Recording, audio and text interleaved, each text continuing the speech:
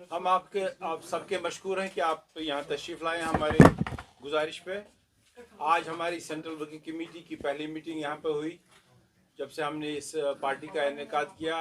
हमारे आइन के मुताबिक जो हमारी नई वर्किंग कमेटी है, हमारे सदर मोहतरम के सदारत में यहाँ पर मीटिंग हुई और हमने कुछ रेजोल्यूशंस पास किए, वो मैं आपके साथ सामने रखूँगा। और कुछ बातें वहाँ हुई जिनको आपके साथ शेयर करना मैं ज़रूरी समझता हूँ। हमारी पार्टी ने ये फैसला किया, जैसा कि हमारा पहले ही दिन से हमारा मौक़िफ़ है, कि रियासत जम्मू कश्मीर को जो यूटी में तब्दील किया गया, ये एक जज्बाती तौर भी सारी रियासत जो थी यूटी में तब्दील होने के बाद यहाँ के लोग अपने आप को इनके एहसासात को ठुकराया गया और हम एक बेइज्जती की ज़िंदगी गुजारते हैं। इसलिए हमारा भरपूर हुकूमत से ये डिमांड है कि हमारा जो स्टेटहुड है वो इलेक्शन से पहले रेस्टोर होना चाहिए। इस पर हम पहले भी कोशां थे और आगे भी चलेंगे। इसके साथ साथ इसी के साथ जो मसला हमारा डिलिमिटेशन का है, तो हम उम्मीद करते हैं कि डिलिमिटेशन जो होगी, ये जो इसका जो ऑर्डर किया गया है, उन कवानीन के तहत जो खदशात लोगों में हैं कि शायद एक जगह ज़्यादा सीटें होंगी, किसी जगह कम सीट होगी, हम उम्मीद करते हैं साफ़ और शफाफ तरीके में और जहाँ जहाँ रिजर्वेशन की ज़रूरत हो वो रिजर्वेशन लेकर लोगों के सामने जल्द लाया जाएगा, ताकि उसके बाद स्टेटहुड मिलेगा और उसके बाद हम इलेक्शंस में जाना चाहते हैं। इसके साथ साथ आपको मालूम है कि रियासत जम्मू कश्मीर में एक बहुत ही बड़ी तादाद नौजवानों की है जो इस वक्त रोज़गार के कोई मौके नहीं उनके पास है। लेकिन अफसोस का मुकाम यह है कि मौजूदा सरकार के पास रिपोर्टेडली बहुत अच्छी तादाद है नौकरियों की, वो नौकरियां पूरा कर ही नहीं पाते हैं। हम तो चाहते थे कि हम गवर्नमेंट ऑफ इंडिया से एक बहुत बड़ी नौकरियों का पैकेज मांगे नौजवानों के लिए, लेकिन अब हमारी जो बुनियादी अपनी नौकरियां यहाँ पे वो ही पूरी नहीं होती हैं। और जो SSRB या पब्लिक सर्विस कमीशन से लिस्ट तैयार किए गए हैं, अप्रूवल हुए हैं, लेकिन वो लिस्ट इजरा नहीं हो रहे, उसमें भी इतना ताखिर हो रहा है। उसमें हमारा रीजनली भी लोगों को ठेस पहुंचती है। कभी जम्मू वाले आप इन आर्म्स होते हैं कि कश्मीर को ज़्यादा गया, कश्मीर वाले कहते हैं जम्मू में ज़्यादा गया।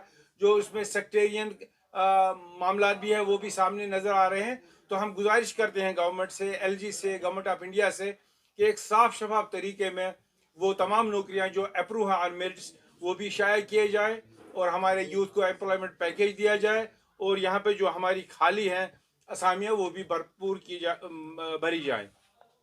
उसके बाद जो सबसे ज़्यादा मसला इस वक्त लोगों के सामने है वो है जो हमारे IAS, IPS, KS और KPS ऑफिसर्स हैं, इनके लिए आगमुट का एक वो बनाया गया है यूनियन। उसके तहत से जो हमारे ऑफिसर्स यहाँ पे इस लेवल के, उनको मिजोरम और बाकी जगह जो है यूटी लद्दाख है उनको जाना पड़ता है, जिससे वो काफ़ी इनसिक्योर फील करते हैं। और जो वहाँ से लोग आते हैं हमारी यूटी में काम करने के लिए, उनके चूँकि यहाँ कोई स्टेक्स नहीं है, उनकी ज़बान हमारे साथ मिलती जुलती नहीं है, लोगों को उनके दरवाजे खुलते नहीं है, तो एक ही बड़ा मुश्किल का सिलसिला यहाँ पर लोगों के लिए है। इसलिए हमारी ये गुजारिश है कि हमारी जो यूटी है इस वक्त, जो उम्मीद करते हैं जो स्टेट में तब्दील हो जाएगी, उसके कार्डर जो हैं KS, KPS, IAS, IPS, इसके लिए एक अलग कार्डर हो JND का, जिसलिए हमारा होता था, ताकि यहाँ के लोगों के लिए दरवाजे बंद न हो और वो भी इत्मीनान का सांस ले सके। और इसके साथ साथ आप देखते हैं यहाँ के जो हालात हैं, काफ़ी मुद्दत से यहाँ पे पहले कोविड के बहाने पे, फिर और किसी बहाने पे कई मसाजिद बंद रही और ख़ासकर जामे मस्जिद श्रीनगर। कुछ वक्त उससे पहले गवर्नमेंट ने नेगोशिएट किया था लॉ एंड ऑर्डर को लेकर वहाँ की कमेटी के साथ, और ये चाहा था कि हम वहाँ पर नमाज शुरू करेंगे, लेकिन न जाने किन वजूहात की बिना पर फिर वो नमाज वहाँ पर बंद की गई। जहाँ हम ये समझते हैं लोगों और कमेटी की भी जिम्मेवारी बनती है लॉ एंड ऑर्डर मेंटेन करना, लेकिन वहाँ हम ये भी समझते हैं कि लॉ एंड ऑर्डर की बुनियाद पर हम बंद नहीं कर सकते मसाजिद को, जहाँ लोगों की जज्बाती वाबस्तगी भी है और दीनी उनकी ज़रूरियात भी है।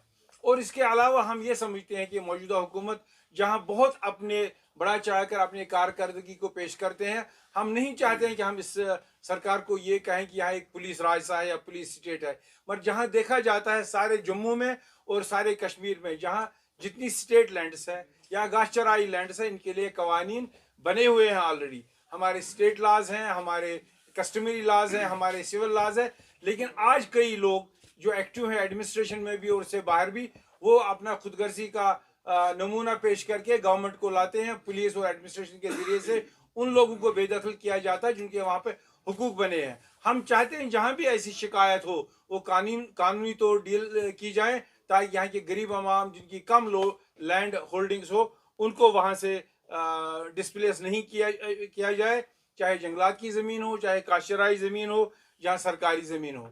इसके अलावा आपने देखा कि 3 टियर इलेक्शन यहाँ पे हुए, पंचायत के BDC DDC ये सारे इलेक्शंस हुए, और अगर आप देखेंगे म्यूनसिपलिटीज़ को लेकर ये सारे इंस्टीट्यूशंस डिफंक है और किसी को काम करने की इजाज़त नहीं है, किसी को काम करने दिया नहीं जा रहा है। जितने वादे किए गए थे जिसमें किस पार्टी की ज़्यादा अक्सरियत है उसमें हम नहीं जानना चाहते, लेकिन DDC BDC के इंस्टीट्यूशंस पर अगर गवर्नमेंट अलाउ करेगी तो लोग उनको भी इत्मीनान का सांस लेंगे।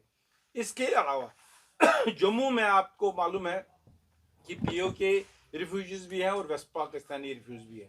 हमें खुशी है कि वेस्ट पाकिस्तानी रिफ्यूजीज को 1 टाइम सेटलमेंट गवर्नमेंट ने किया, लेकिन वहाँ जो लोग POK से आए हुए हैं, अच्छी तादाद है उनकी, वहाँ ज़मीनों पर बैठे हुए हैं, मकानात बनाए हुए हैं। आज वहाँ एक नया सिलसिला जारी हुआ है, उनकी नोटिस दी जा रही हैं और ज़बरदस्ती उनको बेदखल किया जाता है। ये एक अनदर मुसीबत जम्मू कश्मीर के लोगों के लिए होगा, इसलिए गवर्नमेंट को एक यूनिफॉर्म इसके लिए डिसीजन लेना चाहिए और उनको भी ठीक तरह से बसाना चाहिए।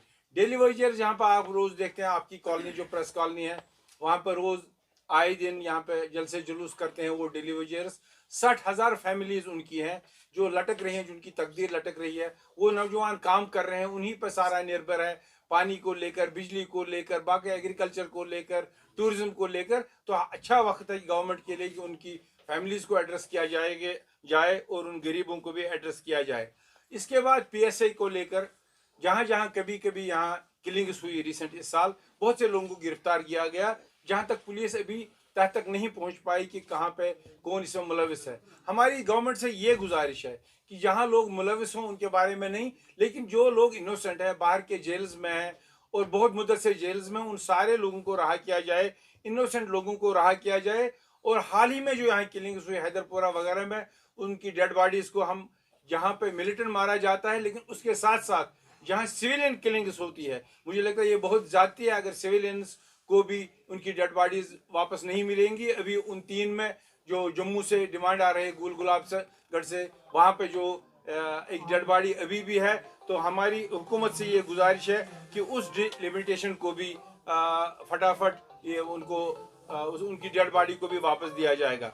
इसके अलावा मैं भूल गया, जहाँ पे एम्प्लॉयमेंट में पहला पॉइंट है, अगर आप आंकड़े देखेंगे अखबारों में 7% एवरेज है गवर्नमेंट ऑफ इंडिया बाकी स्टेट्स में, और हमारा 22% है। यहाँ से गवर्नमेंट दावे करती है कि हमने यहाँ बहुत तमीर तरक्की की, हमने बड़े प्रोजेक्ट्स बनाए, तो इसलिए मुझे लगता है हम 22% अनएम्प्लॉयमेंट पे नहीं होते अगर ये आंकड़े सही होते। इसलिए मुझे लगता है गवर्नमेंट को फौरी तौर इसका इजाला करना चाहिए। और लास्ट ऑफ ऑल ये सरमा है, और 2 साल से गवर्नमेंट ये कह रही कि यहाँ की जो सरकारें थी उन्होंने इसको एड्रेस नहीं किया था इलेक्ट्रिसिटी सिस्टम को। अगर बिजली बढ़ गई है तो हम एक्सपेक्ट करेंगे अनइंटरप्टेड बिजली हमें होनी चाहिए। और NHPC के पास जो हमारे प्रोजेक्ट्स है, जो उनकी रॉयल्टी है, चाहे 7% 12%, मुझे लगता है उनको मोमेंटरली कम से कम इस सीजन, इस विंटर के लिए सारे जम्मू कश्मीर में रॉयल्टी बढ़ानी चाहिए और हमें 25 से 30% तक बिजली देनी चाहिए। रहा सवाल डिलिमिटेशन और स्टेटहुड को लेकर, जहाँ तक हम 5 अगस्त का यादा करेंगे वो हमारे लिए एक ब्लैक डे था। हमसे जो इख्तियारात छीने गए, हमसे ज़मीनों का हक और नौकरियों का हक छीना गया। कुछ पेशरफ्त उसमें हुई, कुछ पेशरफ्त हमने की, और हम मुंतज़िर हैं सुप्रीम कोर्ट के डिसीजन का। और वहाँ पर हमारे कुछ साथी ऑलरेडी गए हैं, बहुत सी सियासी पार्टीज गए हैं, और हमें अगर लगता है वहाँ का उस इंतज़ार में हम एक अच्छा डिसीजन एक्सपेक्ट करते हैं। इसके साथ साथ हमारा ऑप्शन ये भी ओपन है, हमें पॉलिटिकली भी, चाहे हम हिंदुस्तान की तमाम पॉलिटिकल पार्टीज को लेकर, प्राइम मिनिस्टर को लेकर, होम मिनिस्टर को लेकर जाना भी पड़े, हम उसमें भी गुरेज नहीं करेंगे। लेकिन वो दुख जो हमें पहुंचा उसके लिए हम भरपाई करना चाहते हैं, ताकि लोग एक बार फिर यहाँ सुकून के साथ साथ इज्जत की भी जिंदगी बसर करना चाहिए। DARS Commerce and Management Studies announces admission for coaching 11th, 12th Commerce, BCom, BBA. All semesters CA, CMAT, UGAT. DARS Commerce and Management Studies, the symbol of excellence. Paripura opposite G & Sons. Naugam bypass above HDFC Bank. Phone number 70061 49618.